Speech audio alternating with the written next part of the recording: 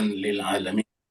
اللهم صل على حبيبنا وشفينا ومولانا أبي القاسم المصطفى محمد. اللهم صل على محمد وآل محمد. اللهم صل على محمد وآل محمد. اللهم صل على محمد وآل محمد وأجل فرجهم وعلى آله وصحبه ومن تبعهم بإحسان إلى يوم الدين. Amma ba'd. Bapak Ibu yang sama dimuliakan Allah Subhanahu wa taala, dimanapun berada, kita bersyukur bersua kembali dalam keadaan sehat walafiat untuk meneruskan pelajaran kita mempelajari kitab suci Al-Quran dari awal sampai akhir, dan pertemuan kita sekarang sudah masuki surat Al-Hijr, surat yang ke-15, ayatnya 36 sampai 40. 36 sampai 40. Bersama kita sudah ada Ustadz kita, Ustadz Safi Saleh dari Singapura, yang selalu dengan sabar menyertai kita, membacakan kepada kita ayat-ayat suci Al-Quran. Oleh sebab itulah, mari kita masuk ke kitab suci Al-Quran masing-masing atau mengikuti di layar, seraya meminta dengan segala hormat kepada Ustadz kita, Ustadz Safi Saleh, untuk membacakan kepada kita surat yang ke-15, surat Al-Hijr, ayatnya 36 sampai 40. 36 sampai 40, dan kepada Ustadz kita, Ustadz Safi Saleh, kita persilakan dengan segala hormat. Fadhil Ustadz. Syukran Ustaz. Alhamdulillah. Assalamualaikum warahmatullahi wabarakatuh. Waalaikumsalam warahmatullahi wabarakatuh. أعوذ بالله من الشيطان الرجيم. بسم الله الرحمن الرحيم. أعوذ بالله من الشيطان الرجيم. بسم الله الرحمن الرحيم.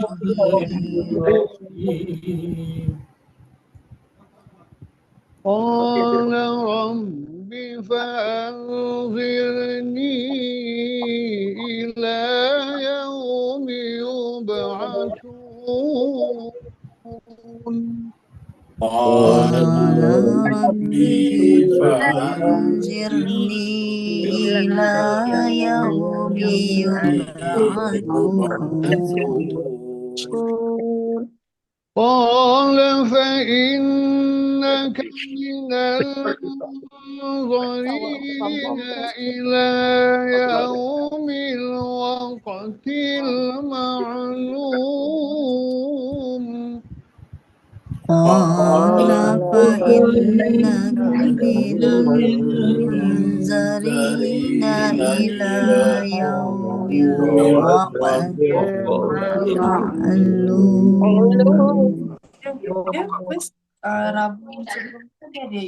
قال رب بما أغويتني لأزينن لهم في الأرض. قال رب بما أغويتني لأزينن لهم في الأرض ولأغوينهم أجمعين.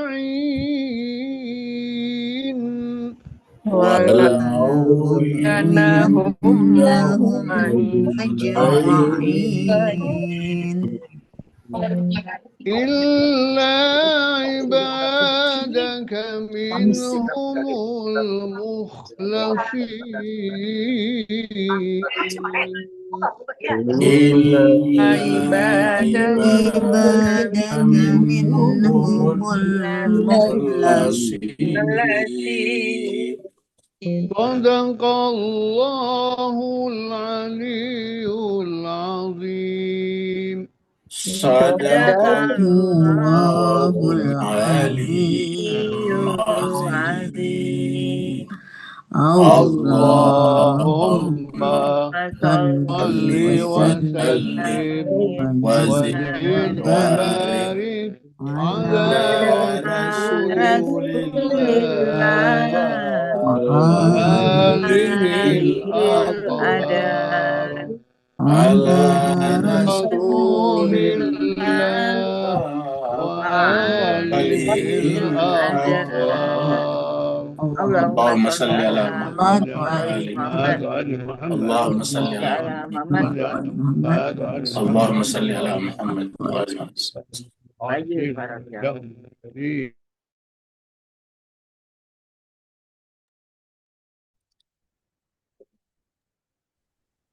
Mewakili seluruh jemaah, kita mengucapkan terima kasih banyak, syukran katsira, wa barakallahu fiik kepada Ustadz kita, Ustadz Syafi'i Soleh, yang telah memandu kita, membacakan kepada kita ayat-ayat Allah SWT.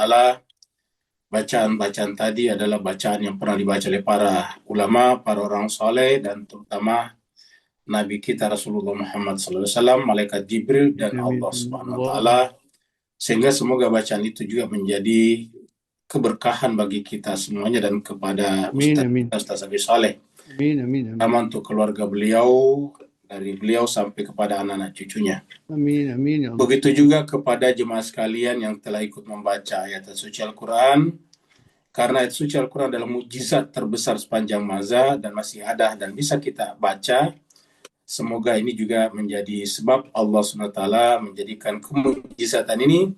Allah SWT memperlihatkan kepada kita hal-hal yang tidak bisa dilihat oleh orang-orang lain.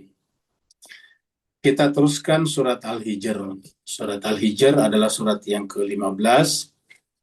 Al-Hijr yang dimaksud adalah negeri Hijr, negeri yang berbatu. Kemudian turunnya surat ini adalah di Mekah, maka disebutlah dengan surat Makkiyah. Jumlah total ayatnya adalah 99 ayat. Dan tadi kita sudah baca sampai ayat yang ke-40. Dan ayat yang kita baca masih berkaitan dengan Allah, Adam, malaikat-malaikat, dan terutama iblis. Jadi melalui ayat-ayat ini Allah menjelaskan kepada kita siapa kita manusia ini, kemudian posisinya manusia di hadapan para malaikat, lalu kemudian makhluk yang bernama iblis. Jadi secara konsep, secara ajaran, manusia itu adalah makhluk yang luar biasa, karena Allah memerintahkan seluruh makhluk, termasuk malaikat, untuk sujud kepadanya, memuliakan manusia. Kalau ada manusia yang kemudian kehilangan kemuliaannya, itu semata-mata karena yang bersangkutan mengikuti hawa nafsunya yang telah ditunggangi oleh makhluk yang durhaka yang bernama iblis. Oleh sebab itulah ayat-ayat ini diulangi dalam Al-Quran agar kita semuanya jangan sampai menjadi bagian daripada followernya atau orang-orang yang terpengaruh oleh iblis. Mari kita ulangi kembali dari ayat yang ke-35.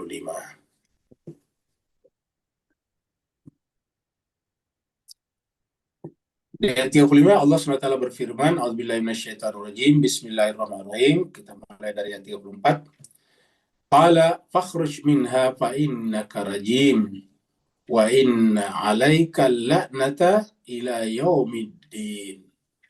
Jadi Allah berfirman kepada iblis setelah iblis tidak sujud kepada Adam. Padahal yang memerintahkan sujud kepada Adam bukan Adam, tetapi Allah. Jadi intinya di situ bukan Adamnya, tetapi Allahnya, perintah Allah. Karena tanda orang bertakwa itu adalah sami'na wa ata'na. Harusnya begitu mendengarkan perintah Allah, melakukan perintah Allah. Allah merintahkan untuk sujud kepada Adam, maka harusnya sujud kepada Adam. Karena perintah ini datang dari Allah, sehingga ketika perintah ini tidak dilaksanakan, berarti namanya tidak taat. Ketidaktaatan itu menunjukkan dia keluar dari kalangan orang-orang yang bertakwa. Maka menjadilah makhluk yang hina. Maka di sini Allah mengatakan, fakhruj, keluarlah minha, daripadanya. Kata-kata haknya di sini kita artikan, bisa diartikan sorga, bisa diartikan juga golongan insan-insan yang suci, ataukah makhluk-makhluk yang suci. Kemudian fa'innaka rajim, karena keluar dari sorga, keluar dari golongan makhluk-makhluk yang suci, maka iblis diberi gelar rajim, terkutuk. Jadi seharusnya kita ini selalu mengusahakan agar diri kita bergabung, berkelompok, beraliansi, bersekutu, berwilayah dengan makhluk-makhluk yang suci. Baik itu malaikat-malaikat yang suci, ataupun insan-insan suci. Karena malaikat-malaikat suci dan manusia-manusia suci otomatis diterima kesuciannya oleh Allah, Zat yang Maha Suci. Sehingga ketika kita bergabung bersama dengan mereka, beraliansi, bersekutu, berwilayah bersama mereka, maka Allah juga menerima wilayah kita kepadanya. Sebaliknya kepada iblis, wa inna alaika la'nata ila yaumiddin. Sebaliknya iblis akan dilaknat Allah sampai hari kiamat. Jadi hari kiamat artinya apa? Siapapun manusia di masa apapun hidupnya, termasuk di zaman sekarang, di zaman AI atau AI, di zaman artificial intelligence ini, ataukah di zaman internet ini, ataukah di zaman cyber ini, di zaman digital ini, kalau kita ikut kepada iblis, ya tetap menjadi bagian daripada iblis. Jadi bukan apa yang kita gunakan yang Allah lihat. Yang kita gunakan adalah sophisticated teknologi canggih, tetapi kalau kita tetap durhaka kepada Allah, tetap digolongkan ke dalam makhluk-makhluk yang durhaka. Dan siapa yang digolongkan ke dalam makhluk-makhluk yang durhaka, ya dapat laknat. Laknatnya sampai kapan? Sampai hari akhirat. Ila yaumiddin. Ini terakhir kita bahas. Sekarang kita masuk pada ayat baru.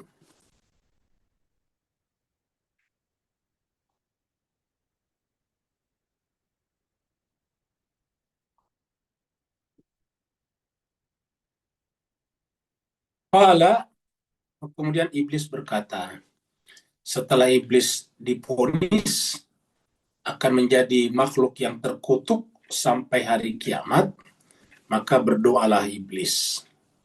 Jadi ingat, iblis itu bukanlah makhluk yang tidak bertuhan. Jadi iblis itu bukan makhluk ateis, ya, percaya pada Tuhan, bahkan minta doa kepada Tuhan. Satu. Yang kedua, berdoa bukanlah tanda ketinggian. Karena kalau tanda ketinggian itu berdoa, ya iblis juga berdoa. Ingat, ulangi pertama kali lagi bahwa iblis itu bukanlah makhluk yang tidak bertuhan. Iblis bukan makhluk ateis, ya. Bukan makhluk agnostik. Ya. Iblis bertuhan. Iblis termasuk makhluk yang gnostik. Ya.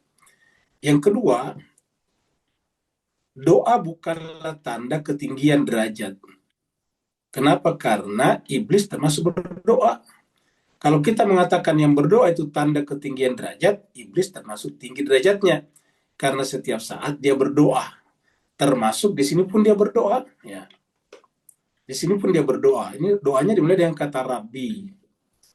Dan doanya iblis itu langsung kepada Tuhan. Langsung kepada Allah.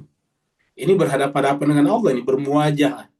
Berface to face. Berface to face. Dia berkata, iblis berkata, Rabbi, wahai Tuhanku, fa'anzirni, maka beritahulah aku, ila sampai yaumi yub'atsun, sampai hari dibangkitkan. Ini kan doa. Apa bedanya kalau kita berdoa, wahai Tuhanku, panjangkanlah umurku. Wahai Tuhanku, berikanlah kesehatan yang sempurna kepadaku. Tidak ada bedanya. Wahai Tuhanku, lancarkanlah rezekiku. Tidak ada bedanya. Wahai Tuhanku, peliharalah kesehatanku. Itu tidak ada bedanya. Bahkan iblis minta ini supaya sehat wal afiyah sampai hari kebangkitan. Fa'anzirni ila yaumi yub'atsun. Ini doanya iblis. Kalau tanda ketinggian itu berdoa, iblis pasti termasuk tinggi karena berdoa. Bahwa berdoa itu penting, iya. Berdoa itu wajib, iya. Tapi tidak lantas dengan berdoa otomatis menjadi tinggi derajatnya. Karena orang yang tinggi derajatnya itu justru orang yang di dalam hatinya tidak ada lagi apapun selain daripada Allah. Orang berdoa itu adalah orang yang sampai pada derajat berserah diri secara sempurna kepadanya, seperti dalam kata-kata wala tamutunna illa wa antum muslimun. Jadi berdoa itu sama dengan beribadah. Jadi beribadah bukanlah tanda ketinggian, karena iblis juga beribadah, bahkan ahli ibadah. Ada ulama yang menyebut iblis itu termasuk abid, ahli ibadah. Ya. Apakah kita tidak boleh beribadah? Wajib juga beribadah. Tapi bukan ibadah yang paling tinggi, tapi penyerahan diri kepada Allah. Kalau kita artikan ibadah itu intinya adalah salat, as-salatu imaduddin, maka orang yang salat pun dalam Al-Quran dikatakan ada yang masuk neraka. Fawailul lil musallin. Jadi dengan demikian itu baru tangga-tangga saja. Baru prakondisi namanya.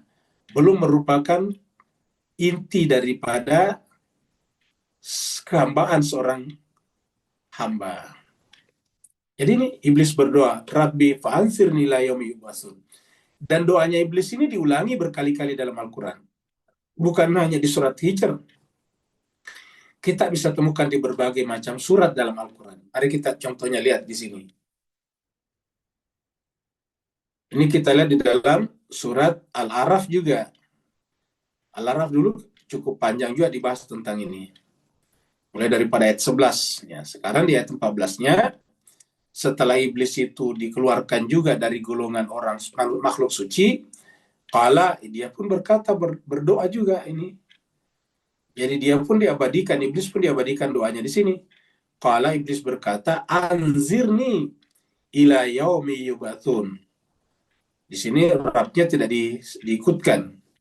Wahai Tuhanku, anzirni, beritahulah aku, ila, hingga sampai yaumi yub'atsun, sampai hari yang telah ditentukan dibangkitkan. Yub'atsun, kebangkitan, hari kebangkitan. Qala, dan Allah menjawab, innaka minal munzirin, sungguhnya engkau diberi tangguh. Jadi pertama, iblis adalah makhluk yang berdoa. Yang kedua, iblis makhluk yang diijabah doanya. Jadi lagi-lagi kita lihat bahwa diijabah doa bukanlah tanda ketinggian. Karena kalau diijabah doa tanda ketinggian, ya iblis juga diijabah doanya. Kita ulangi lagi, diijabah doa itu bukanlah tanda ketinggian, status atau maqam rohani seseorang.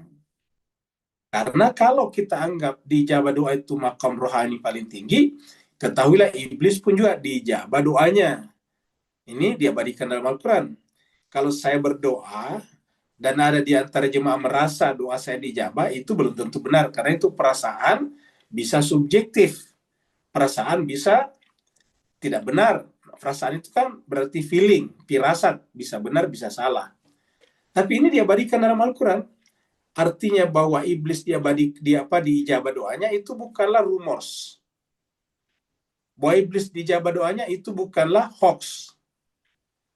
Bahwa iblis dijabah doanya bukanlah glorifikasi, berlebih-lebihan, bukan melebih-lebihkan. Tapi itu fakta, kenyataan yang diabadikan di dalam Al-Quran. Sebuah statement yang diungkapkan Al-Quran.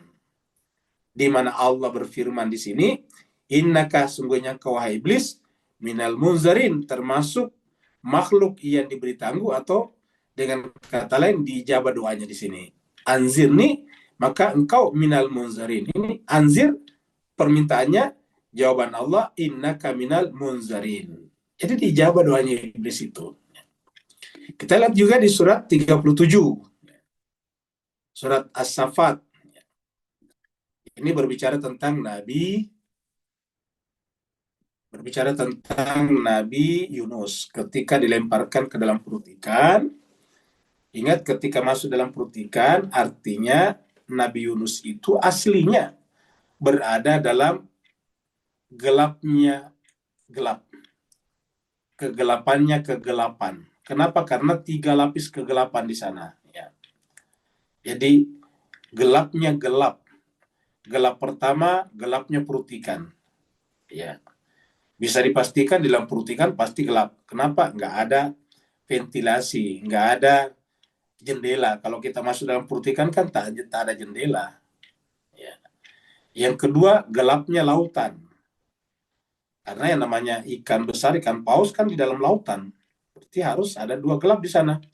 Gelap pertama gelapnya perut ikan, gelap kedua gelapnya lautan, yang ketiga gelapnya malam atau gelapnya cuaca. Karena pada saat itu cuacanya dalam keadaan badai malam hari. Jadi Nabi Yunus berada dalam 3 lapis kegelapan, tetapi kenapa tiba-tiba dia diselamatkan, bahkan kemudian diantarkan oleh ikan paus itu menuju ke pantai yang di sana sudah ada makanan disiapkan? Jawabannya karena mengucapkan satu hal, yaitu tasbih. Ingat, tasbih. Ya. Luar biasanya tasbih itu. Allah berfirman di sini, falaula annahu kana minal musabbihin. Seandainya sungguhnya dia tidak dalam keadaan minal musabbihin, tidak termasuk orang yang bertasbih, seandainya tidak masuk bertasbih, la labitha fi batnihi, niscaya dia tetap akan tinggal fi batnihi, di dalam perut ikan, ila yaumi yubatsun, sampai hari kebangkitan. Jadi ingat, Nabi Yunus akan berada dalam perut ikan sampai hari kebangkitan seandainya dia tidak bertasbih. Dengan demikian, kenapa iblis hidup dalam keadaan terkutuk sampai hari kebangkitan? Karena menolak untuk bertasbih. Itulah sebabnya pada saat Allah menyampaikan kepada seluruh malaikat, saya akan menjadikan khalifah di muka bumi. Wa idh qala rabbuka lil malaikati inni ja'ilun fil ardi khalifah. Qalu, berkatalah malaikat semuanya, ataj'alu fiha may yufsidu fiha wa yasfiqud dima. Wahai Tuhan, apakah Engkau akan menjadikan makhluk di muka bumi yang kerjanya membuat kerusakan dan menumpahkan darah? Ya. Allah mengatakan tidak seperti itu. Lalu apa malaikat yang suci ini? Malaikat yang disebut tadi suci kita bicarakan. Kita tadi kata malaikat suci karena sujud kepada Adam. Malaikat mengatakan, wa nahnu nusabbihu. Malaikat mengatakan apa? Nahnu nusabbihu. Kami bertasbih. Nah, apakah bertasbih di sini? Mengucapkan subhanallah? Iya, tapi tidak hanya sekedar ucapan. Karena kalau tasbih sekedar ucapan, itu namanya lip service. Itu namanya penghias bibir. Itu namanya buah bibir saja. Sedangkan tasbihnya malaikat dan tasbihnya Nabi Yunus adalah tasbih dalam pengertian hakikat, yaitu di dalam jiwanya tidak ada apapun selain daripada Allah. Karena tasbih artinya menjauhkan apapun dalam jiwa kita selain daripada Allah. Tasbih dari kata sabah yusabihu, menjauhkan. Sabah yasbahu itu adalah berenang. Berenang itu menjauh dari pantai. Ketika jiwa kita berenang menjauh daripada apapun selain daripada Allah, namanya bertasbih. Ya. Makanya kita lihat kata-katanya Nabi Yunus itu adalah la ilaha illa anta subhanaka inni kuntu minaz zalimin. Itulah tasbihnya. Tasbihnya apa? La ilaha illa anta. Menjelaskan, wahai Tuhan, di dalam jiwaku tidak ada apapun selain daripada Engkau, termasuk tidak ada dendam, tidak ada marah kepada orang-orang yang membuangnya ke dalam laut. Tidak pernah mencari kambing hitam. Tidak pernah mencari kesalahan orang lain. Kata-katanya pertama terucap, la ilaha illa anta subhanaka. Subhanaka. Ingat. Subhan itu tasbih. Subhanaka inni kuntu minaz zalimin. Itulah tasbihnya. Dan karenanya dia selamat. Sehingga kata-katanya, falaula annahu kana minal musabbihin la labitha fi batnihi ila yaumi yub'atsun. Nah, maka bisa disimpulkan bahwa iblis tadi di sini dikutuk, kata-kata sebelumnya dikutuk sampai hari kiamat adalah karena tidak bertasbih seperti ini. Maka jemaah sekalian, inti daripada agama kita adalah tazkiyatun nafs. Mensucikan diri kita, jiwa kita dari apapun selain daripada Allah. Karena kita sudah menjelaskan pada ayat-ayat sebelumnya bahwa Allah menciptakan kita itu dengan dua pendekatan. Pendekatan pertama khalq, yaitu tubuh kita. Yang kedua pendekatannya adalah nafakha, niup, tiupan. Wa nafakha fihi min ruhi. Allah meniupkan ruhnya pada diri kita. Yang namanya meniupkan itu adalah nafas, bernafas. Jadi jiwa kita, rohani kita adalah nafas Tuhan. Namanya nafsur rahman. Ya. Jadi tubuh kita dari tanah. Tubuh kita adalah dari lumpur hitam diberi bentuk. Min salsalin min hamain masnun. Dan itu yang dilihat iblis. Padahal di dalam diri kita manusia ada kata-kata faida sawaituhu wa nafakhtu fihi min ruhi faqa'u lahu sajidin. Wa nafakhtu, kutiupkan. Tiupan artinya nafas. Berarti jiwa kita, nafs kita adalah nafas Tuhan. Namanya nafsur rahman. Dan itu yang harus kita kembalikan kepada aslinya. Nafsur rahman itulah yang harus bertasbih. Walaula annahu kana minal musabbihin. Jadi oleh sebab itulah di sini dikatakan bahwa iblis minta diberi tangguh sampai hari kiamat. Qala rabbi fa'anzirni ila yaumi yub'atsun. Tetapi minta ditunda, ditangguhkan sampai hari kiamat dalam rangka apa? Dalam rangka melakukan kejahatan, dalam rangka mempengaruhi manusia. Mungkin kita mengatakan, kalau nanti Allah menerima doanya, berarti Allah ridho dengan kejahatan manusia. Jawabannya tidak. Karena Allah sudah mengatakan bahwa aslinya manusia itu tidak mungkin mengikuti iblis. Karena di dalam diri manusia ada tadi nafsur rahman. Nafsur rahman itulah yang mengeluarkan salah satu unsur diantaranya adalah akal. Makanya kemudian setelah berikutnya Allah berfirman,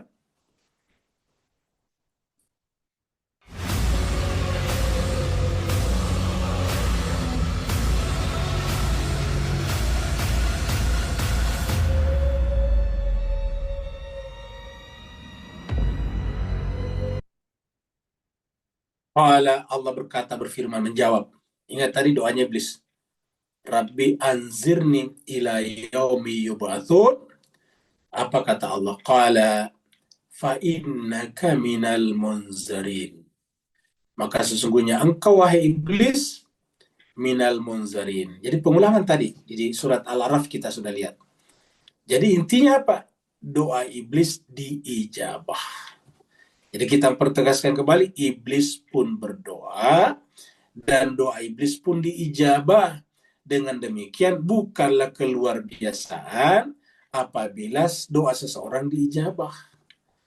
Kalau luar biasa, berarti iblis pun luar biasa. Jadi bukan luar biasa kalau doa kita diijabah. Ya. Iblis buktinya diijabah doanya. Kenapa kita sampaikan seperti ini? Karena nanti banyak orang yang menipu-nipu umat manusia dengan alasan diijabah doanya. Misalnya mengaku bisa menggandakan uang. Kan berarti diijabah doanya. Ya, kalau ditanya, kenapa kamu bisa menggandakan uang? Ya, saya meminta kepada Tuhan supaya diijabah doa saya. Nah, kita percaya bahwa itu adalah berkat doanya. Akhirnya kita tertipu. Dan banyak lagi seperti ini. Ya. Dalam hal-hal yang lain. Maka Allah mengatakan di sini, fa'innaka minal munzarin. Ini yang mengatakan ini Allah, ingat, yang mengatakan ini bukan saya, bukan Ustaz Syafi'i, bukan Bapak Ibu, bukan Tuan dan Puan. Yang mengatakan ini Allah, ini qala, ini adalah Allah berfirman. Fa'innaka, maka sungguhnya engkau wahai iblis, kaknya di sini iblis ya, sungguhnya engkau wahai iblis minal munzarin, termasuk orang yang diberi tangguh, artinya doamu, permintaanmu diijabah. Aku ijabah kata Allah. yaitu permintaanmu untuk hidup sampai hari kebangkitan diterima, sehingga kamu akan hidup sampai hari kebangkitan. Fa innaka minal munzarin. Surat Sad. Ini diulangi lagi nih surat Sad. Ingat tadi surat Al-Araf ada tadi. Ya. Tadi surat Al-Hijr. Sekarang surat Sad. Surat Sad ini surat 38 ayat 9. Jadi ini dia ulangi berkali-kali dalam Al-Quran untuk menjelaskan kepada kita bahwa berdoa itu bukanlah tanda kedekatan hidup dengan Allah.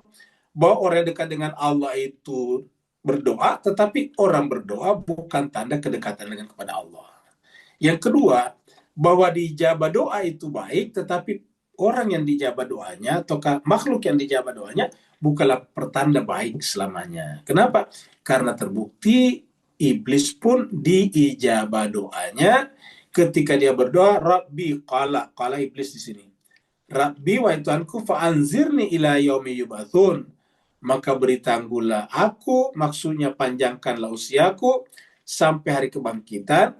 Qala, maka Allah berfirman, fa innaka minal munzarin. Sungguhnya engkau termasuk orang yang diberi tangguh. Ini surat Sad. Yang tadi kita bicarakan di sini surat Al-Araf, dan ini isinya hampir sama ini. Surat 7:14. Qala anzirni ila yaumi yub'atsun.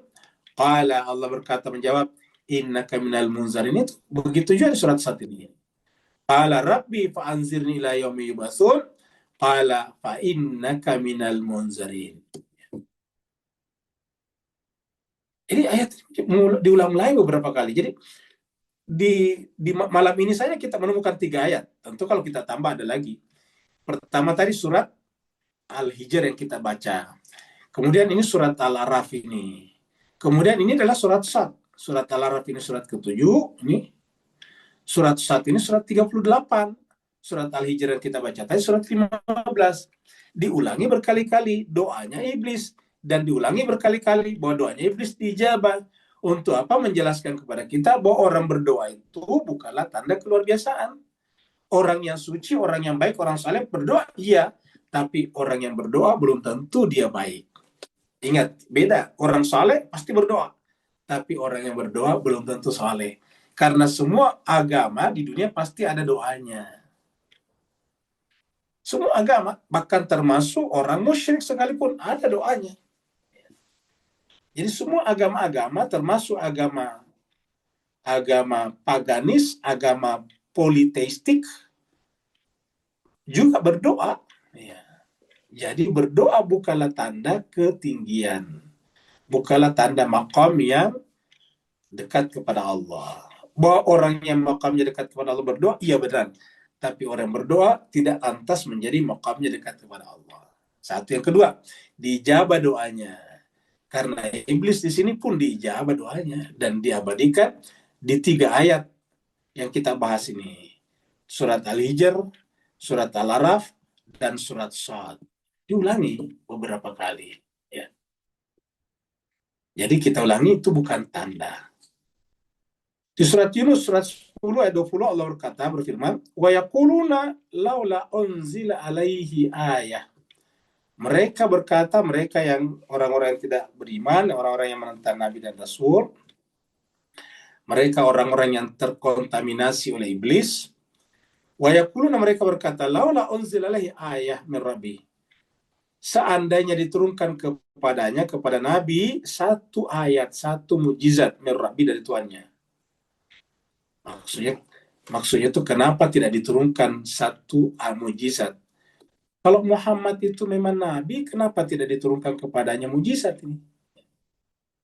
Kenapa tidak diturunkan kepadanya mujizat? Seperti Nabi Musa, mujizatnya tongkat yang bisa menjadi ular. Nabi Ibrahim, mujizatnya tidak terbakar oleh api.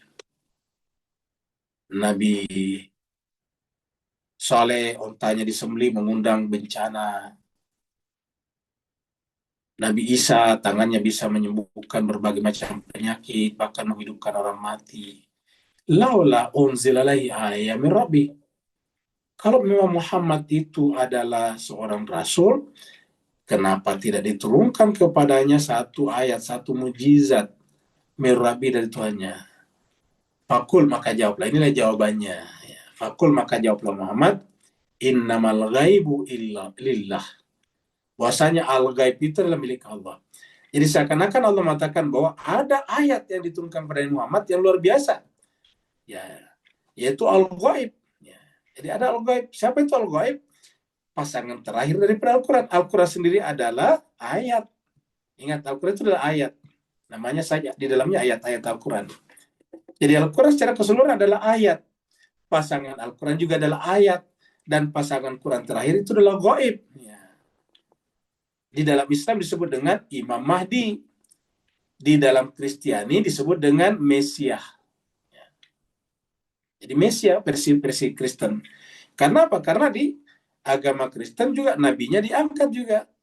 Kita, saudara-saudara kita di Nasrani kan ada peringatan, ada hari besar mereka, ada holiday mereka yang bernama kenaikan Isa Al-Masih, kenaikan Yesus. Ya.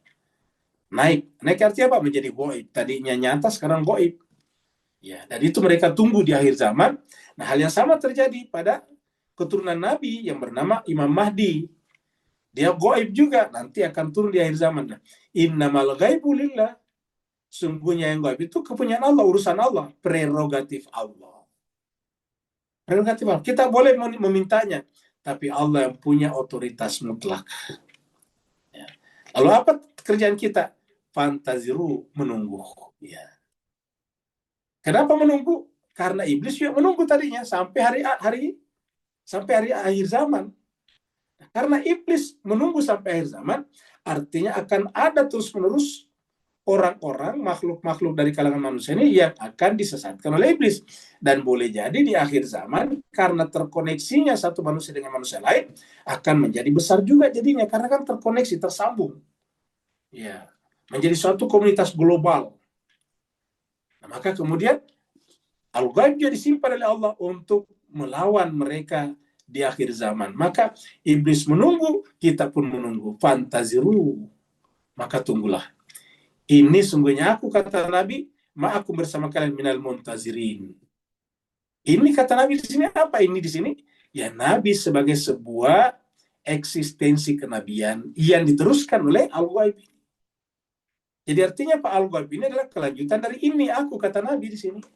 Makanya ini aku minal muntazirin. Aku pun bersama kalian minal muntazirin. Jadi kalau kita ingin bersama Nabi harus minal muntazirin. Karena Nabi adalah ma'akum. Ma'akum apabila apa? Kalau menunggu, fantazir. Kalau kita tidak menunggu, nah Nabi tidak bersama dengan kita. Ya. Dan ternyata dalam kehidupan manusia yang namanya harapan itu penting sekali. Yang namanya hope, ekspektasi itu penting sekali. Siapa yang hidupnya tidak punya harapan, maka dia akan diisi dengan keputusasaan. Jadi harapan ini perlu. Ya. Dengan kata-kata fantazru, maka selalulah berharap. Karena aku pun selalu bersama kalian kalau kalian berharap. Inni ma'akum minal muntazirin. Ya, jadi seperti itu. Jadi kita tunggu al-ghaib ini. Sebagaimana iblis tadinya juga menunggu sampai akhir zaman. Ya. Ila yaumil waqtil ma'lum. Sampai kapan? Di sini sebutkan ila yaumil waqtil ma'lum. Sampai waktu yang telah dimaklumi. Kata-kata waktu di sini waktu juga. Ini waktu ini menjadi bahasa Al-Quran, bahasa Arab, dan juga menjadi bahasa kita, bahasa Malaysia, bahasa Melayu, bahasa Singapura, dan bahasa Indonesia, yaitu waktu juga. Ya. Ila yaumil waqtil ma'lum. Sampai kepada waktu yang telah dimaklumi. Artinya waktu ini apa? Bisa diketahui. Kata ditentukan, tetapi menggunakan kata maklum.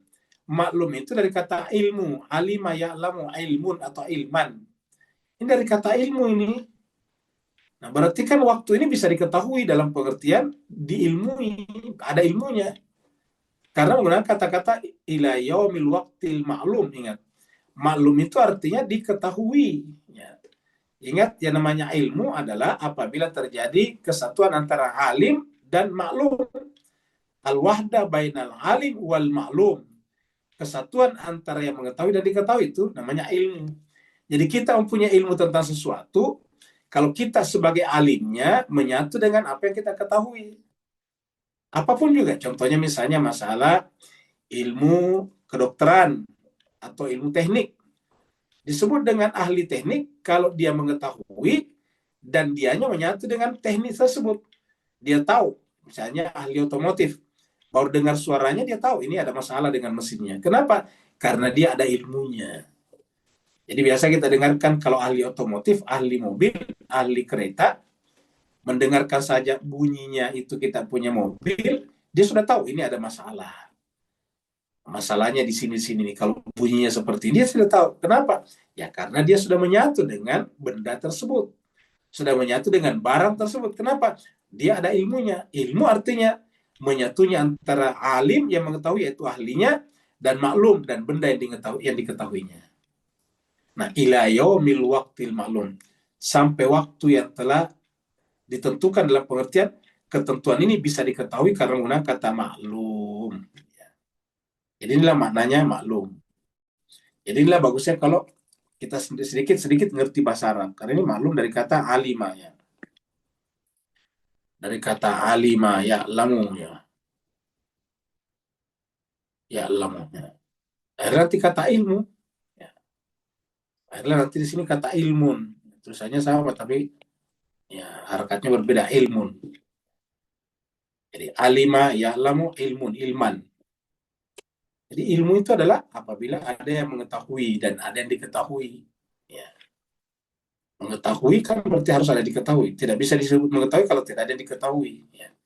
Karena kalau kita katakan orang itu mengetahui, pasti kita bertanya mengetahui apa, dan begitu. Maka ini la yaumil waqtil ma'lum. Kita lihat di sini. Kita lihat surat Al-Waqiah. Ketika berbicara tentang akhirat, menggunakan juga kata maklum nih. Lama majmu'una, niscaya pasti semua manusia, kalian semuanya, lamajmu'un akan dikumpulkan. Manusia akan dikumpulkan. Majmu' itu dari kata jamak, dikumpulkan.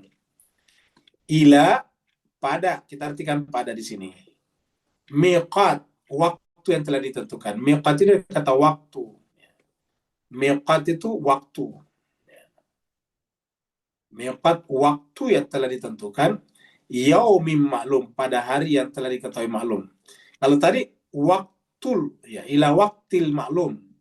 Tadi di ayat di sini adalah ini al-waqti ila yaumil waqti. Ya, kalau di sini adalah ila miqati yaumim maklum.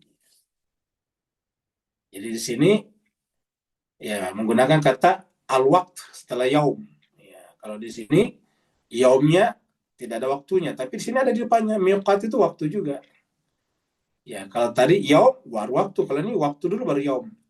Jadi miqat itu adalah waktu juga. Miqat ini dari kata al-waktu di sini. Ya. Jadi kalau kita artikan miqat itu adalah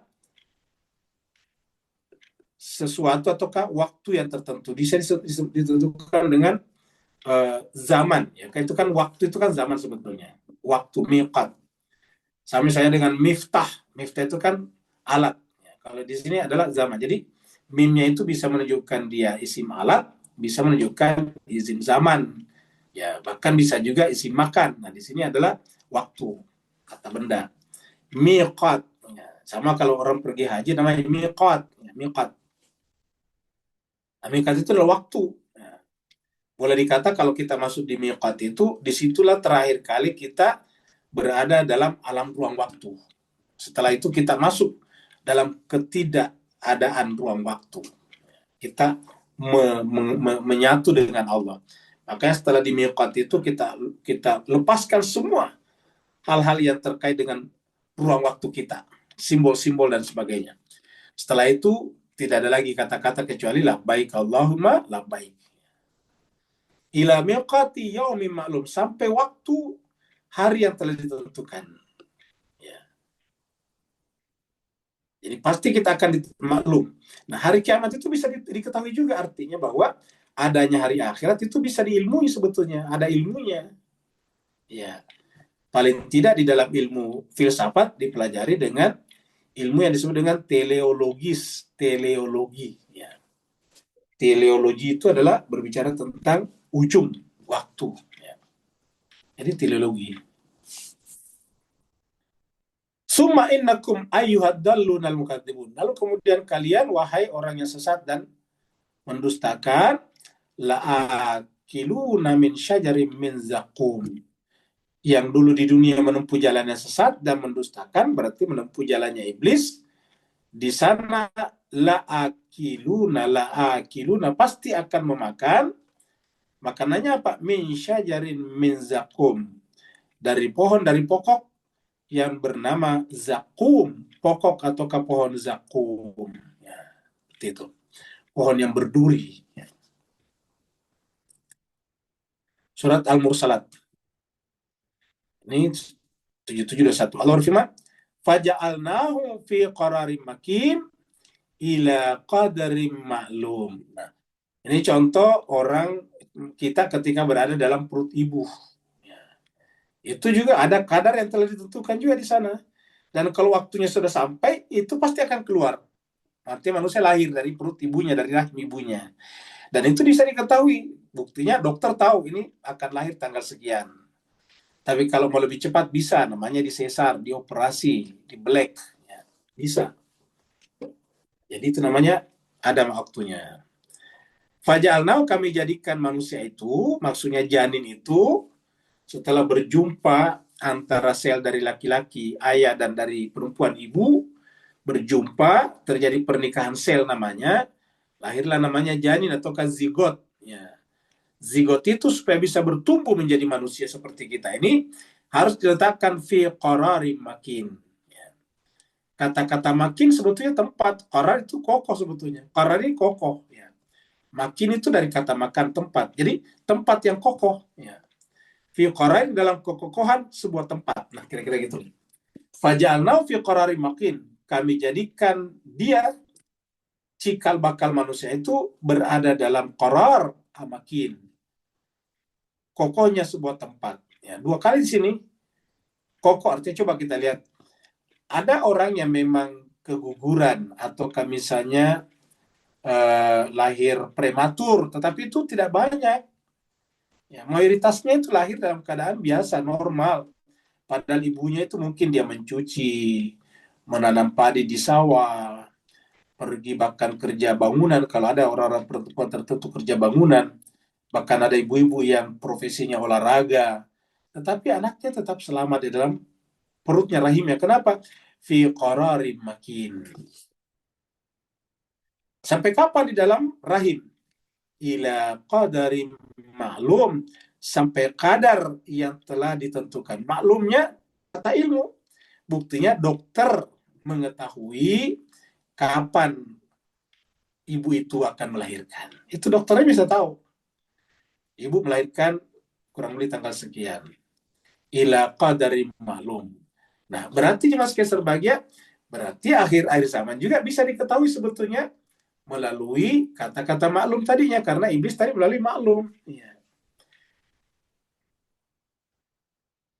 Dengan cara apa? Ya, dengan cara mengumpulkan berbagai macam data, seperti yang disampaikan Al-Quran dan hadis-hadis yang muktabar, yang sahih. Lalu kemudian kita bisa memperkirakan, ini kira-kira. Ya. Seperti mana dokter tadinya, ini kira-kira. Tentu bedanya adalah kalau dokter kenapa bisa lebih presisi, karena ada namanya USG, ya, ultrasonografi, sehingga dia bisa melihat bayi dalam perut ibu. Nah, kita ini karena tidak bisa melihat yang gaib, ya kita tidak bisa. Tapi apakah tidak ada yang bisa melihatnya? Ada ulama-ulama tertentu yang mukasyafa bisa juga melihatnya. Jadi yang namanya ulama mukasyafa itu bagaikan dokter yang menggunakan ultrasonografi, USG. Ya. Jadi USG itu atau USG itu menyebabkan, kan namanya dalam rahim kan siapa yang bisa lihat? Coba lagi. Mungkin ada di antara bapak-bapak yang istrinya lagi hamil, coba bisa nggak melihat anaknya di dalam perut istrinya? Tentu tidak bisa. Tetapi dia menggunakan alat bisa kelihatan, bahkan bisa difoto. Keadaan kondisi baby yang ada di dalam perut ibu itu bisa difoto. Oh, ini kepalanya sudah ke bawah, kan begitu. kalau biasa orang mau melahirkan kan kepala si bayi lari ke bawah, sudah menghadap keluar, kan begitu. Sudah posisinya sudah bagus, kan begitu. Atau dia saya juga tahu, oh ini bayinya tidak bisa ke bawah kepalanya karena terlilit oleh tali pusar. Nah itu kan kelihatan semuanya. Nah, di dalam kaitannya dengan akhir zaman ini, ada juga yang bisa mengetahui seperti itu, tapi bukan dengan ultrasonografi, tetapi namanya ultramukasyafah. Ultramukasyafah. Jadi melalui mukasyafah, sehingga bisa dilihat, ya. Sehingga dia bisa tahu yang terjadi sekarang adalah ini. Nah, kalau kita ingin mengetahui kapan istri kita melahirkan, tanya dokternya yang punya alat. Nah, kalau kita ingin tahu bagaimana dan akhir zaman, kita serahkan kepada ulama yang mukasyafah, yang memang telah memiliki kemampuan ilmu di bidang itu. Kita ini namanya ikut berwilayah kepada mereka. Kita namanya sami'na wa ta'na. Kan seperti ini juga. Ila qadari maklum, sampai waktu qadar yang telah diketahui. Jadi saya kira Al-Quran kalau kita lihat ayat demi ayat itu saling menjelaskan sebetulnya. Walaupun kelihatannya dibicarakan di sini adalah janin dalam rahim. Ya.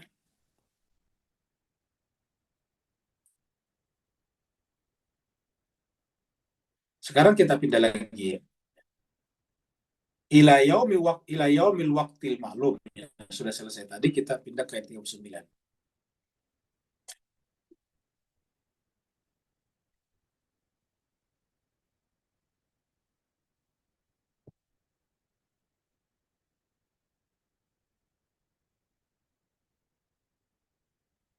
Allah berkatalah iblis, Rabbi wahai Tuhanku, bima agwaitani, karena engkau telah menyesatkan aku. Maksudnya itu karena engkau telah memvonis aku sesat. Jadi bukan Allah menyesatkan dia, ingat. Bukan Allah menyesatkan iblis. Ya. Kalau kita baca ini kan seakan-akan Allah menyesatkan iblis. Maksudnya Allah memberikan statement, memberikan status bahwa iblis itu tersesat. Yaitu orang yang tidak patuh namanya tersesat. Ya. Tidak patuh kepada perintah Tuhan. Karena perintah Tuhan mengatakan, usjudu li adama, sujudlah kepada, kan jelas itu perintahnya.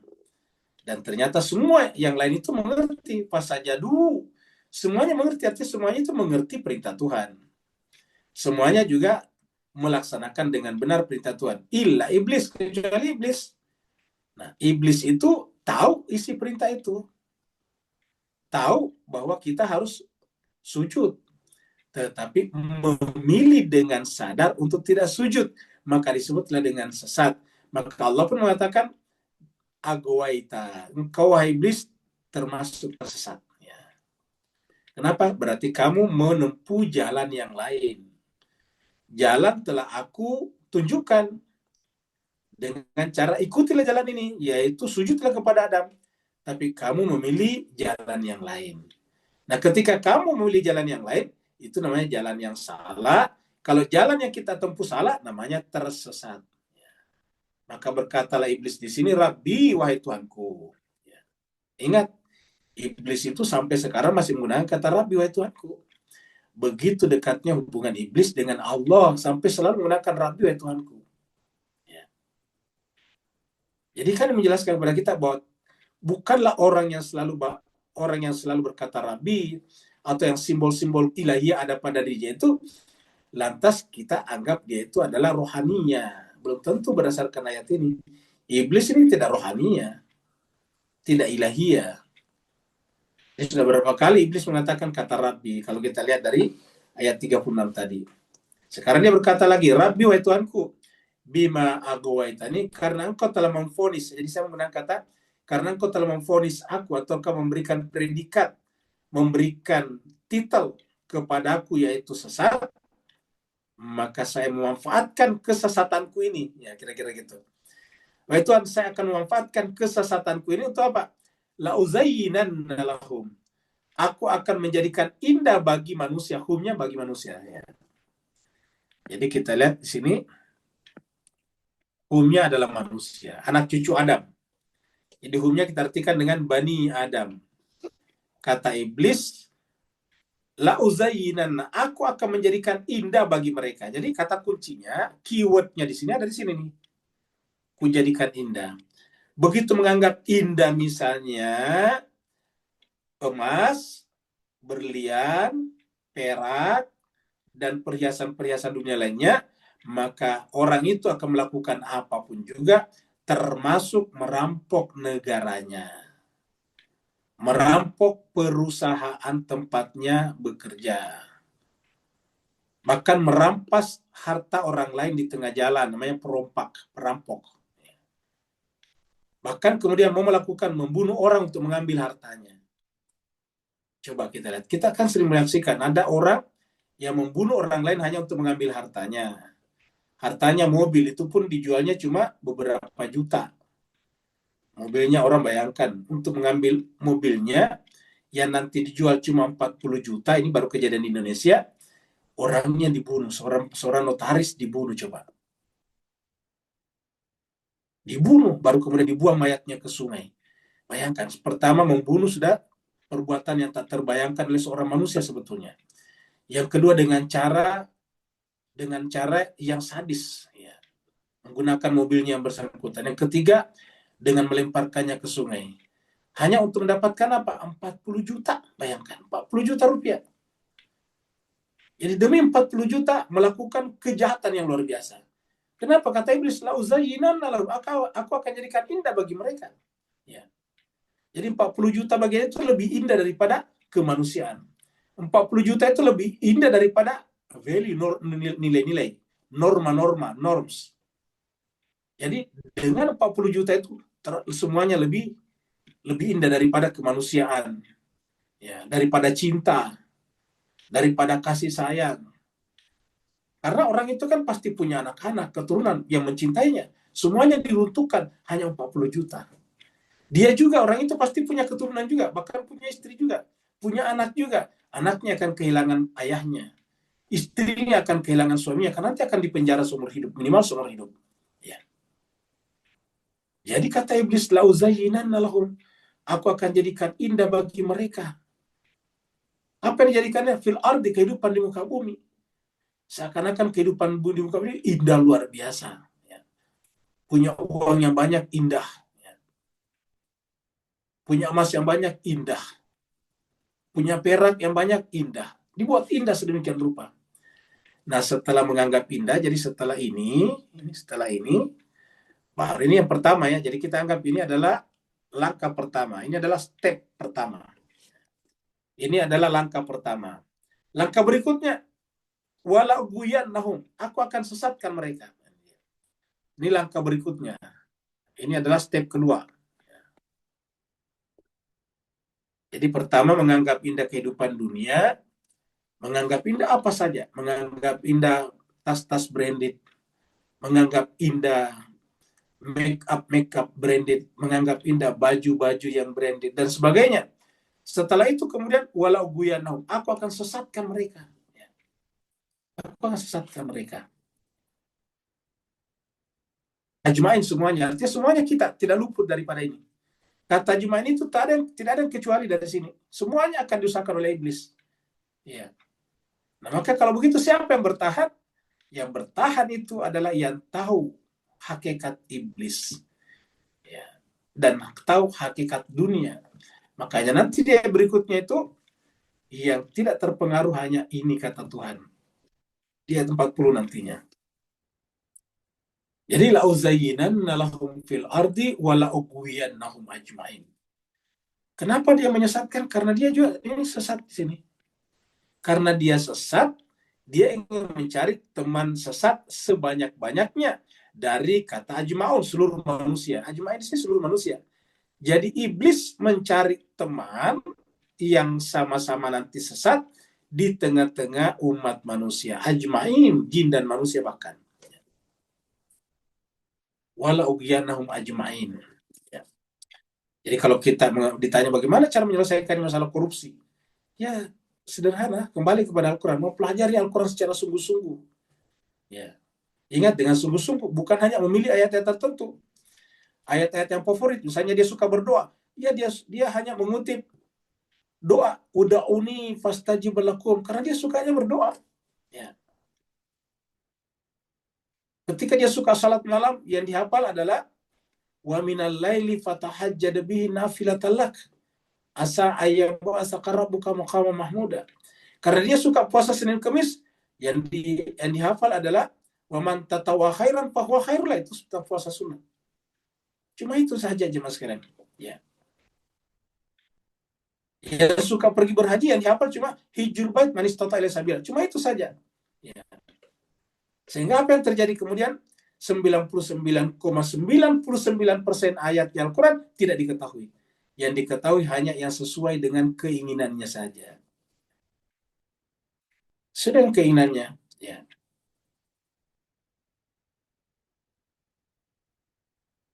Kalau dia suka pernikahan, dia hanya menghafal ayat-ayat nikah. Kalau dia suka pembagian warisan, dia hanya hafal dan ikuti ayat-ayat warisan saja. Seperti itulah sebagian manusia umat Islam.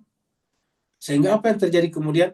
Ketika 99 ayat tidak diketahui, maka dalam ketidaktahuan itulah namanya kegelapan, dan dalam kegelapan itulah masuknya iblis.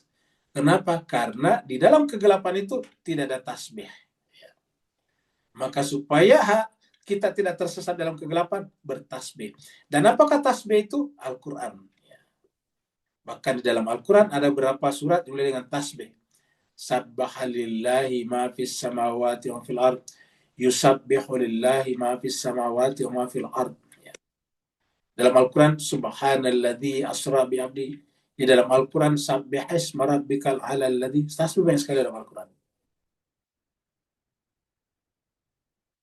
Surat Al-Araf. Kita kembali surat Al-Araf, tapi ayatnya 17. Nah, setelah iblis tadi diijabah doanya, dia akan diperpanjang umurnya sampai hari akhirat, sampai hari kebangkitan. Kemudian kata iblis, la'atiyannahum, saya akan mendatangi mereka. Humnya siapa? Manusia seluruhnya. Bani Adam, anak cucu Adam. La'atiyannahum. Lamnya namanya lam taukid. Benar-benar. Jadi lamnya ini bukanlah tidak, ya, bukanlah nahi, bukanlah nafi, tapi namanya lam taukid. Aku sungguh-sungguh benar-benar akan mendatangi mereka. Lamnya taukid, nun tasdid juga taukid, penekanan, stressing. Aku benar-benar akan mendatangi mereka. Siapa mereka? Bani Adam. Dari mana saya datanginya? Mim baini aidihim, dari depan mereka. Wa min khalfihim, dari belakang mereka. Kata dari depan mereka itu kan berarti terus terang. Dari belakang mereka, dengan menipu mereka. Ingat kata-kata menikam dari belakang. Wa an aimanim, dari kanan mereka. Apa itu kanan mereka? Nilai-nilai baik. Jadi mereka bisa masuk dari nilai-nilai baik. Ya, orang salat bisa dikerjai iblis. Wa an syama'ilihim, dan dari sisi kiri mereka. Jadi sisi kiri mereka apa? Ya dari memang hal-hal yang dianggap buruk. Jadi kita berhati-hati dengan keburukan, bisa masuk dari situ. Wa an syama'ilihim, dari sisi kiri mereka. Ini kalau bisa dikatakan semua sisi, depan, belakang, kanan, kiri. Sehingga apa yang terjadi? Wala tajidu, kamu tidak menemukan Tuhan, engkau tidak menemukan, maksudnya tidak menemukan anak cucu Adam, aksarahum, kebanyakan mereka. Ingat, kebanyakan mereka. Jadi banyak dari manusia yang terjebak, tertular oleh virus dan godaan iblis. Karena menggunakan kata aksarahum. Kamu tidak menemukan kebanyakan mereka syakirin, bersyukur. Jadi syukur itu adalah obat pertama, cara pertama untuk menangkal masuknya iblis, bersyukur. Menerima bahwa semuanya ini datang dari Allah. Sehingga semuanya kita anggap sebagai tanda-tanda atau tajalli daripada Allah. Syakirin. Nah, kalau kita bersyukur, tidak akan kena. Yang dimaksud di sini syakirin tidak. Wala tajidu aktsarum syakirin. Mereka tidak bersyukur. Ya. Mereka tidak bersyukur. Ya.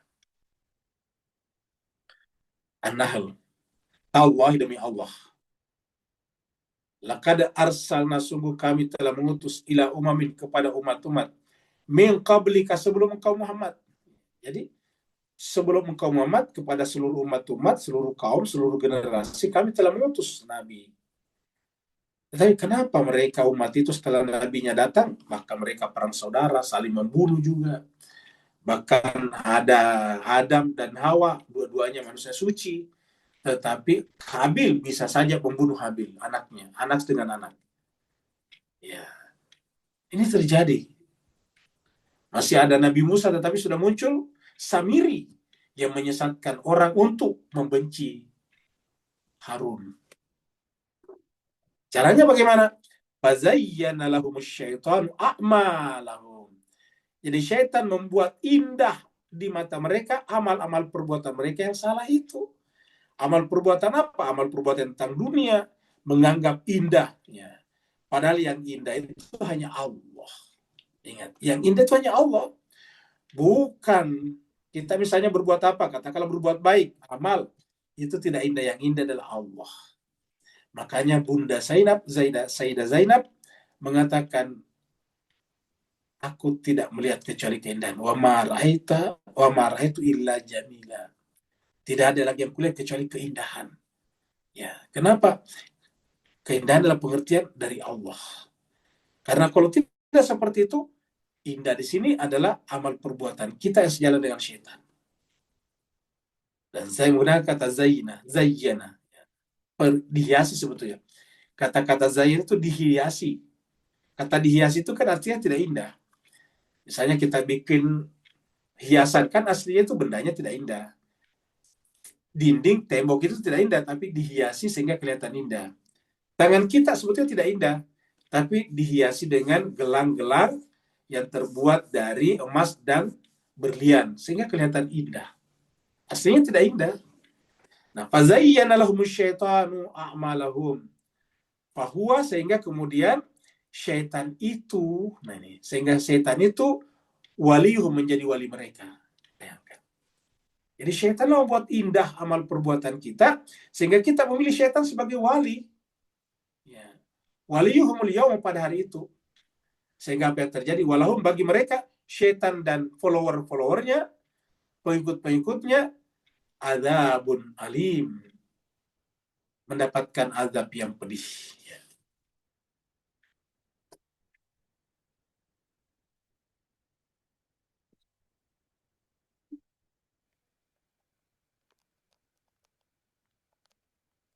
Ingat tadi ayat di atas, saya akan, ya, jadi kita ke atas lagi dulu ya. Kita ke sini dulu ya. Ya, kita ingatkan di sini. Ini iblis berkata, Rabbi wahai Tuhanku, bima agwaitani, karena engkau telah memvonis aku sesat, la uzayyinanna lahum, aku akan menjadikan indah bagi mereka fil ardi, kehidupan di muka bumi. Setelah itu wala uguyannahum, aku akan menyesatkan mereka ajmain, seluruhnya. Seluruhnya, kata seluruhnya siapa saja? Termasuk presiden, raja-raja, menteri-menteri, komisaris-komisaris, ya, direksi-direksi, semuanya. Walau guyannahum ajmain, aku jadikan indah bagi mereka semuanya. Ya. Tapi ada ilahnya, ingat. Walau guyannahum ajmain, seluruhnya, illa. Jadi kita lihat di sini kata-kata illa, kecuali. Jadi di sini ada ilahnya. Walau guyannahum ajmain illa, ada pengecualiannya. Ibadah, ingat tadi kebanyakan di atas ya, ayat-ayat sebelumnya. Illa ibadaka, kecuali hamba-hambamu Tuhan. Ibadaka, K-nya di sini Tuhan. Kecuali hamba-hambamu Tuhan, ibadaka, minhum, dari kalangan mereka, al-mukhlasun. Jadi tidak semua hamba. Di kalangan hamba-hamba, di antara mereka, ada satu yang namanya al-mukhlasin. Ya. Hamba-hamba kamu yang mukhlasin atau mukhlasun. Minhumul mukhlasin. Di antara mereka yang masuk kategori mukhlasin. Jadi cuma sekian sebagian, kategorinya sini bukan mukhlisin, tapi mukhlasin. Apakah ada mukhlisin dalam Al-Quran? Ada. Mukhlis itu orang kayak kita ini, kalau kita ikhlas, tidak ada pamrih, tidak ada kepentingan, ya mukhlis namanya. Ya, makanya jemaah sekalian, di pengajian kita ini selalu kita mengajarkan, marilah kita ikhlas. Kalau kita sebagai guru yang memberi ilmu, ikhlas. Kalau kita sebagai murid juga ikhlas dalam membuat apapun juga. Kita kalau misalnya tidak dalam keadaan berinfak ilmu, berinfak harta, tapi harus dengan ikhlas. Infak, sedekah, zakat, dan sebagainya itu ikhlas. Orang yang mengajar dan orang yang belajar dan sebagainya memberikan ilmunya ikhlas. Karena itulah yang tidak bisa dimasuki syaitan. Tidak bisa dimasuki oleh iblis. Ini yang mengatakan begini siapa? Iblis. Yang mengatakan ini iblis. Tadi kan iblis mengatakan, saya akan walau zayyinanna lahum fil ardi walau guyannahum ajma'in illa ibadaka minhumul mukhlasin. Kecuali hamba-hamba Tuhan dari kalangan mereka ini yang mukhlasin. Jadi kata ibad ini sedikit, lebih sedikit lagi mukhlasin. Jadi illa ibadaka minhumul mukhlasin. Ingat, bukan mukhlasin, mukhlasin. Jadi tertentu ini. Mukhlasin lebih tinggi daripada mukhlisin. Sebagaimana mukarrabin lebih tinggi daripada mukarribin. Ya. Ini mukhlasin. Coba kita lihat siapakah mukhlasin di sini. Kita lihat di sini surat 37 surat As-Saffat. Ayatnya 39. Wa ma tujzauna illa ma kuntum ta'malun. Nanti setiap kita tidak diberikan balasan, hukuman, illa kecuali ma kuntum ta'malun, apa yang kalian kerjakan, apa yang kita kerjakan. Jadi kita semuanya diberikan balasan sesuai dengan yang kita kerjakan. Kata balasan di sini yang positif dan yang negatif ya. Yang positif pahala, yang negatif adalah dosa. Illa kecuali ibadallahi. Kalau tadi kan iblis mengatakan illa ibadaka. Kalau di sini bukan dari iblis tapi pernyataan dari Al-Quran. Illa kecuali ibadallah, hamba-hamba Allah al-mukhlasin, yang mukhlas.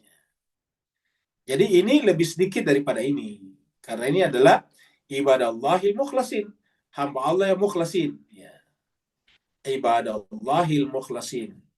Hamba-hamba Allah yang mukhlasin. Ya. Jadi mukhlasin. Kecuali hamba-hamba Allah yang mukhlasin. Jadi mereka inilah yang tidak bisa terkalahkan oleh iblis. Dan karena kita ini bisa dikalahkan oleh iblis, kita bersama dengan mereka, berwilayah kepada mereka. Jadi kita harus mencari siapakah mukhlasin itu. Kita bersama dengan mereka, kita berwilayah kepada mereka, kita bersama dengan mereka, kita menjadi pengikut mereka, maka iblis juga akan memelihara. Apa Allah juga memelihara kita dari iblis? Illa ibadallahil mukhlasin.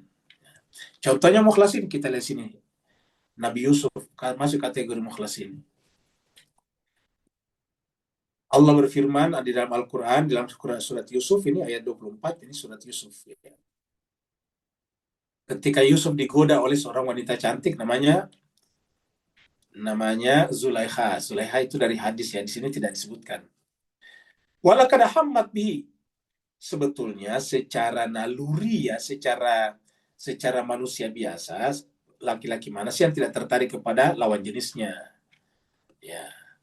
Maka kita lihat di sini walakad hammat bihi. Jadi perempuan itu, dari mana kita tahu perempuan? Kan ini tak perempuannya nih, tak Tanis namanya. Sungguh perempuan itu sangat berhasrat bihi kepada Yusuf. Jadi perempuan itu berhasrat, berkeinginan kepada Yusuf. Wahamma biha, dan sebagai manusia Yusuf juga harusnya tertarik kepadanya. Hamma itu juga berhasrat kepada perempuan itu. Hamma ini laki-laki, kalau ini hammat perempuan. Tak perempuan. Jadi tidak ada tak perempuannya, berarti dia Yusuf. Dan dia Yusuf harusnya juga hamma biha. Tetapi ada kata laula, seandainya tidak. Nah, berarti aslinya bahwa manusia bisa melampaui hasrat biologisnya kalau kekuatan rohaninya menguat.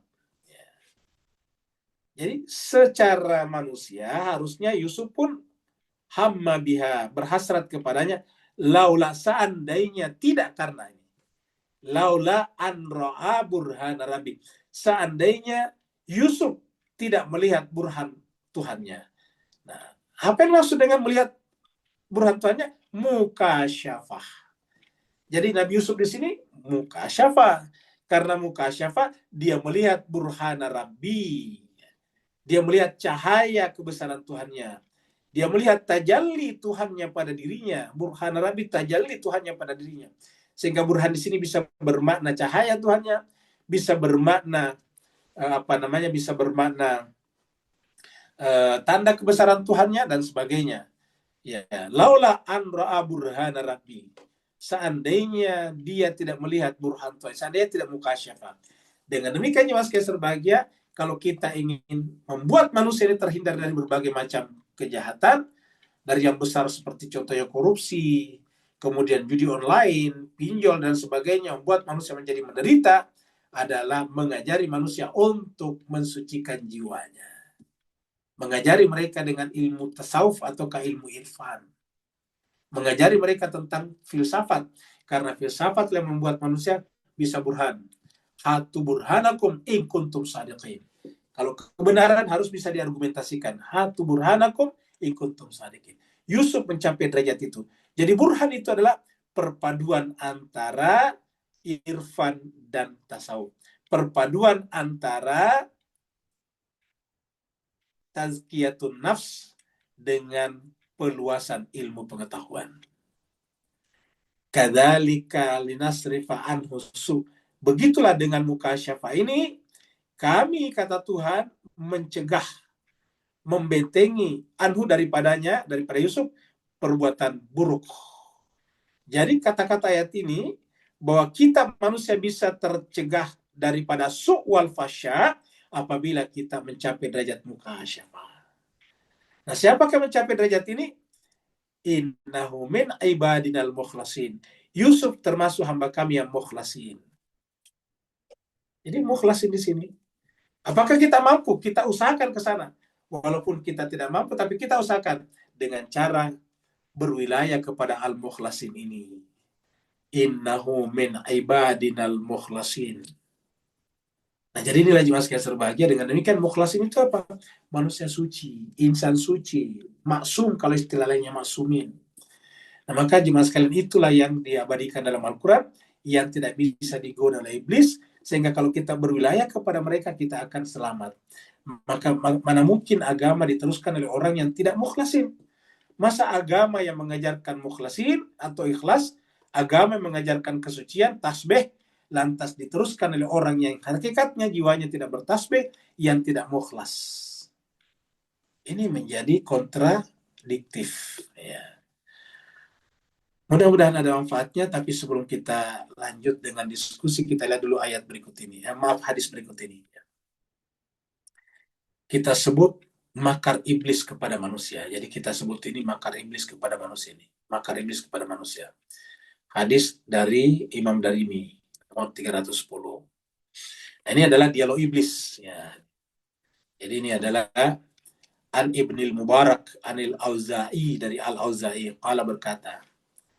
Jadi Al-Auza'i berkata, iblis berkata. Qala iblis, berkatalah iblis. Maksudnya tentu dia, karena ini hadis, Al-Auza'i mendengarkan dari Nabi. Bahwa iblis itu berdialog. Ya. Qala iblis berkata. Li auliyai, kepada follower-followernya, kepada teman-temannya, kepada sahabat-sahabatnya. Ya. Min ayyi syai'in ta'tuna bani Adam. Wahai saudara-saudaraku, kira-kira begitulah kata iblis kepada teman-temannya. Ya. Pada pengikut di sini terjemahkan. Wahai pengikut-pengikutku, follower-followerku yang miliaran jumlahnya itu. Min ayyi syai'in ta'tuna bani Adam. Dari sisi mana kalian mendatangi anak cucu Adam? Dari sisi mana? Ingat tadi ayatnya surat Al-Araf. Dari sisi mana kalian mendatangi anak cucu Adam? Faqalu, maka mereka para followersnya iblis menjawab, min kulli syai'in, dari berbagai macam sudut. Ingat tadi kata-kata dari depan, belakang, kanan, dan kiri. Min kulli syai'in, dari semua sudut. Dari semua arah. Qala, iblis berkata, fahal ta'tunahum min kibalil istighfar? Apakah kalian juga bisa mendatanginya dari sisi istighfar? Min kibalil istighfar, dari sisi istighfar? Lalu mereka menjawab, followernya iblis menjawab, hai hata zaka syai'un qurina bit tauhid. Celakalah kami wahai iblis, kami tidak mungkin melakukan itu. Kenapa? Karena zaka syai'un, Karena pintu istighfar itu adalah sesuatu yang qurina bit tauhid, yang mendekatkan manusia kepada tauhid. Jadi istighfar itu adalah qurina bit tauhid, mendekatkan manusia, bahkan masukkan manusia ke dalam golongan tauhid, bit tauhid ya. Itu qurina bit tauhid, itu berkaitan dengan tauhid. Qala, iblis menjawab, la abuthanna fihim syai'an la yastaghfiruna Allah minhu. Apa kata iblis? La abuthanna fihim, saya akan menyebarkan syai'an, fihim itu di dalam hati mereka, dalam diri mereka, syai'an sesuatu, sehingga la yastaghfiruna Allah minhu, sehingga mereka tidak istighfar kepada Allah, atau tidak termasuk minhu dari golongan orang istighfar. Jadi cuma sekali istighfar ini luar biasa sebetulnya. Ingat tadi termasuk tasbih, istighfar. Saya akan menyebarkan, menanamkan di dalam jiwa mereka, dalam diri mereka, syai'an sesuatu sehingga mereka tidak istighfar kepada Allah. Qala, maka berkatalah perawi hadis ini, yaitu Al-Auza'i. Tadi dengan Al-Auza'i di sini ya. Qala Al-Auza'i, fabatha fihimul ahwa, maka aku akan menanamkan dalam diri mereka keinginan untuk memperturutkan hawa nafsu mereka. Nah, jadi kita lihat ini al-ahwa, hawa nafsu mereka. Saya akan tanamkan kepada mereka kecintaan, kesenangan kepada hawa nafsunya, egonya, sehingga mereka lupa istighfar. Sehingga dengan lupa istighfar, kalian bisa menyesatkan mereka. Ini hadis dari ini. Jadi ingat hadis ini ya. Hadis berikutnya, kita beri judul tiap hari bersama kalimat ikhlas. Jadi supaya kita tidak tersesat oleh iblis, maka kita harus tiap hari bersama kalimat ikhlas. Ingat kalimat kita pernah bahas, kalimat itu orang. Ya.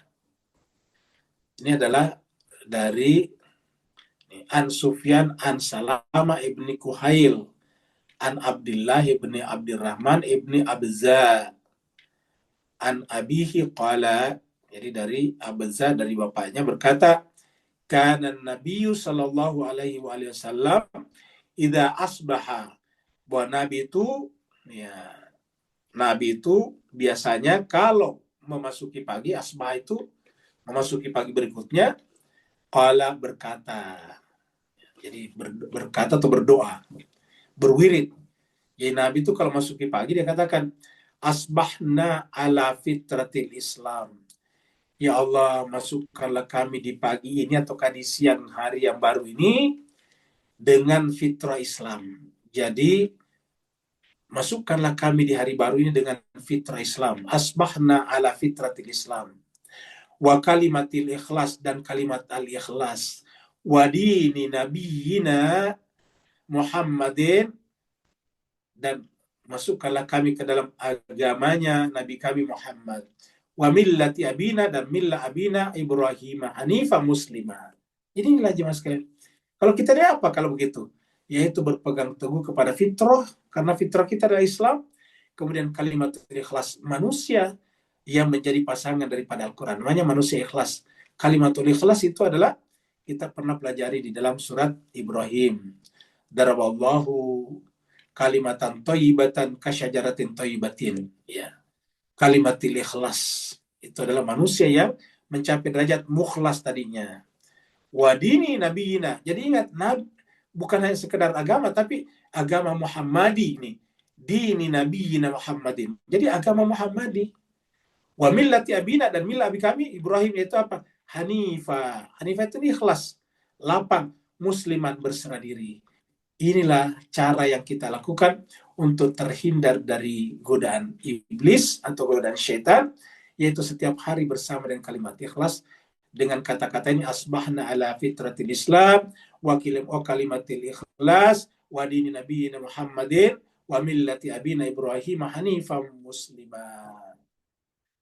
Mudah-mudahan ada manfaatnya. Kalau benar dari Allah, kalau salah khilaf dari kekurangan dan kehilafan al-fakir sendiri, mohon dimaafkan dan ditinggalkan. Yang mau bertanya dipersilakan. Waalaikumsalam. Waalaikumsalam warahmatullahi wabarakatuh. Silakan Pak Nur. Bismillah, barakallahu fi azwajin, sallallahu Muhammad, wa ali ma'ajib, wa barakatuh, sallallahu alaihi wasallam.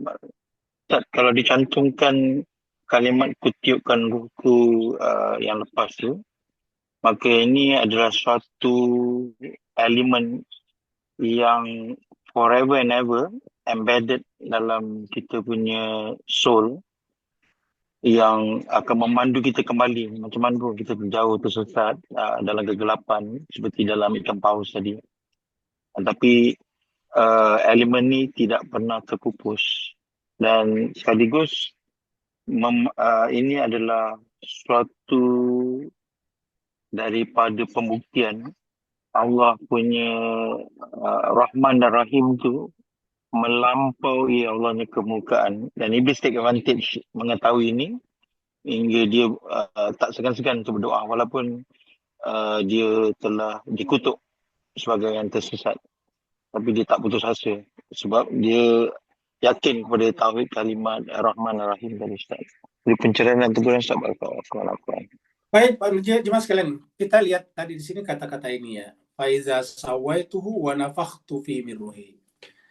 Jadi ingat kalau berkaitan dengan tubuh kita menggunakan kata khalaqa, kita sudah terangkan sebelumnya ini.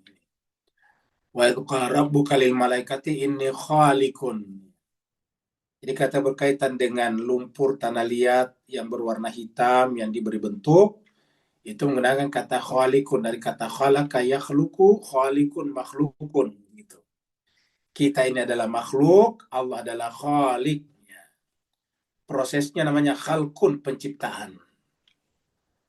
Nah, jadi inilah tubuh kita, inilah kepala kita, inilah kaki kita, inilah jasmani kita, inilah kulit luar kita, inilah juga tubuh badan kita yang disebut dengan usus, paru-paru, jantung, semuanya dari sini nih.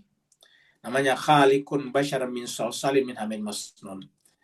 Tapi yang menyebabkan kita jadi mulia adalah faida sawaituhu wa nafakhtu fihi min ruhi.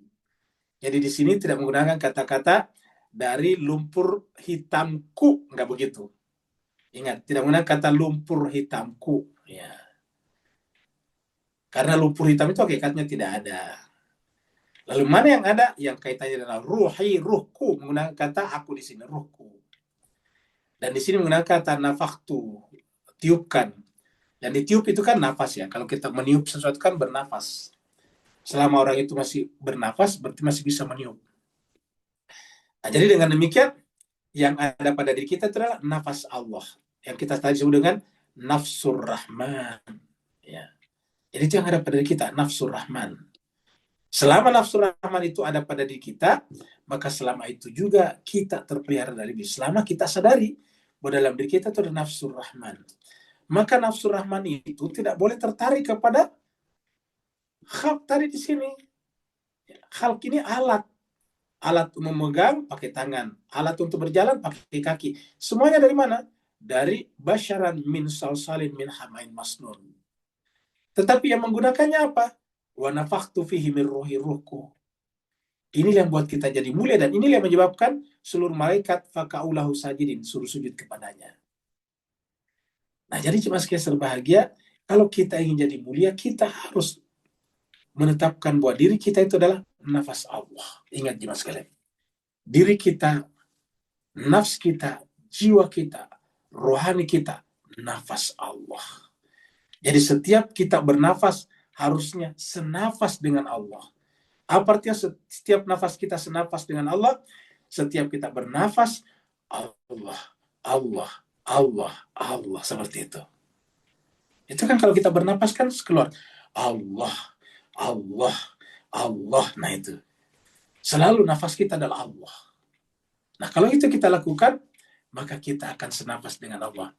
Nah adakah yang bisa 100% seperti itu? 100/100 ada, yaitu ibadah kami humul mukhlasin, hambamu Tuhan yang mukhlas. Itulah yang selalu 100%. Itulah yang disebut dengan maksum, terjaga. Kita ini kadang nafas kita bukan Allah, tapi mani, fulus, fulus, kamu gitu. Harim. Terkadang kok seperti itu. Dunia. Ardun. Nah, seperti itu kita. Nah, harusnya kan setiap nafas kita Allah. Kalau setiap nafas kita Allah, maka total diri kita adalah tajalli daripada Allah, dan itulah yang terjadi pada insan-insan kamil seperti Nabi Yusuf tadi, sehingga iblis pun mengatakan, saya akan sesatkan semuanya illa ibadaka minhumul mukhlasin, kecuali hambamu yang mukhlas. Apa itu mukhlas? Seluruh nafasnya adalah Allah. Yang mudah-mudahan kita berdoa, kita ini kalau tidak bisa mencapai itu karena berat, minimal kita berada di belakangnya hamba Allah yang setiap nafasnya Allah, yang kita sebut dengan al-mukhlasun, ataukah insan kamil yang Allah titipkan kepada kita sebagai tempat kita berwilayah kepadanya. Ada lagi yang lain? Ada di chatroom, Ustaz. Baik, kita kembali ke chatroom dulu ya. Ya, kita lihat di chatroom dulu. Ini adalah dari Pak Burhan ya. Bolehkan memberi sedikit pencerahan mengenai Allah SWT meniupkan nafsku dan hembusan nafas yang ada setiap manusia bernapas, apakah di situ ke Allah SWT bersemayam seperti mana arasnya Allah berada di dalam diri manusia. Jadi sebetulnya tadi sudah terjawab, ini tadi aku kita menjawab Nabi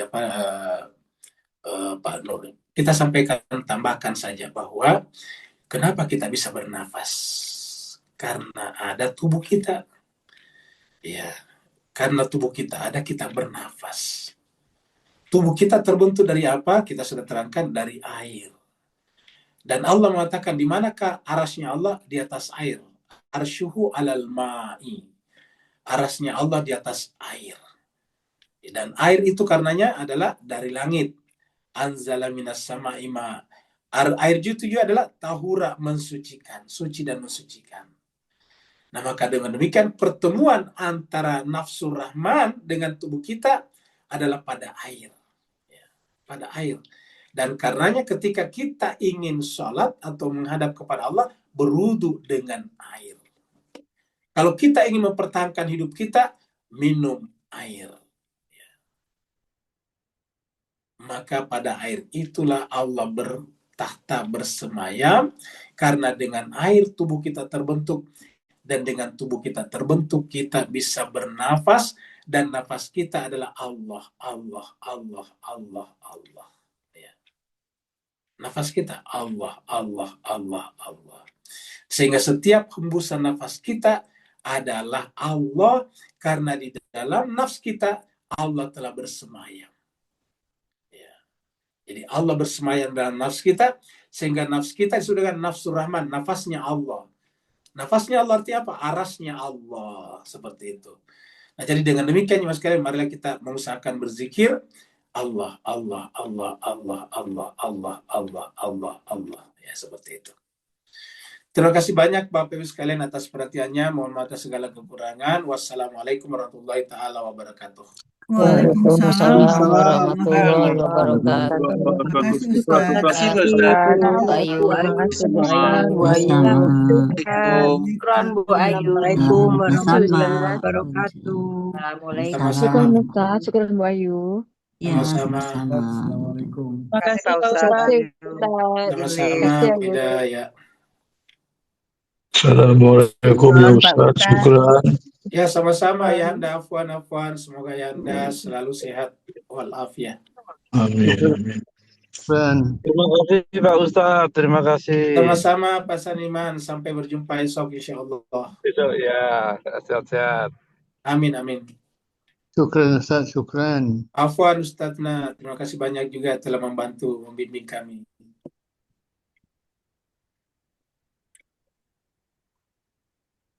Juga Pak Rum yang lain saya juga duluan Pak Bu ya.